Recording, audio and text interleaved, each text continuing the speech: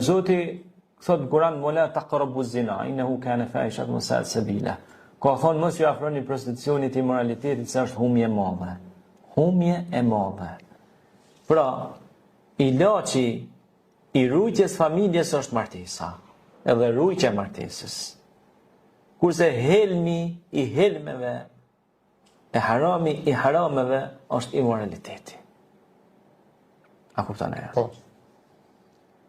Sepse edhe me shkencë është vërtetuar që njeriu kur ndron shumë trupa, erna trupave, përshtyma e kështu me radhë, pajitje e kështu me radhë, ekzistojnë pastaj vinë smundje si gonorrea, si AIDS-i, sida, e smundje të kancerogjene për njeriu, si për femrën si për mashkullin. Sepse kur ka kontakt të trupit fizike, sado që të pastrohet njeriu, a kupton e? Po. Era mbetet erë. E Zoti kalon, do thot, martesen, që edhe vajza, edhe djali, kur martohen, që e çifti ri që bëhet, e kalon që ata me gjetë njëri tjetrin. Kur përzihen ernat e ndryshme, aty vjen era keqe. Edhe është burimi çdo smundje, vdekje prurëse letale. Dhe pastaj ndodhin smundje që thot pejgamberi Islam, kur shtohet prostitucioni, kanë me orë smundje që kur më parë si keni dëgjuar.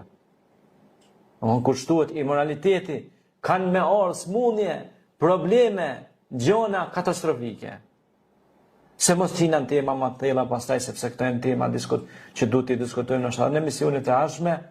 Për shembull, vjen djali ose çika, thot jam i ftofun për jetë, për martesë, për afutane. Po çfarë ftofje? Po çfarë ftofje? Je ftoft sepse i ki me gjithka tu kanë shkep. Nuk i mon me një vend, me i dhonë drejtim jetës. Nuk mundesh me shëtit lule, degen, në pemë, se jetë kur kun heq. A kupton e? Duhet me koni vendost. Allah thot Kur'an ata janë burra të vendosur, të fjales, janë të sinqert. Wa ma umiru illa liya'budullaha mukhlis. Pra janë të sinqert në adhurimin e Allahut. E adhurimi e Allahut është martesa. Adhurimi i Zotit është ibadet, është edhe me kriju familje. Nuk ka adhurim më të madh më. Sepse unë, ti ose ai tjetri për shembull. A kupton e? Po. Kur rrim pa martu, a kupton e? Atër shejtoni që me të kamos. I riu është, si thëmë në hulaqa. Cëla hoj. Nuk din ku shkon.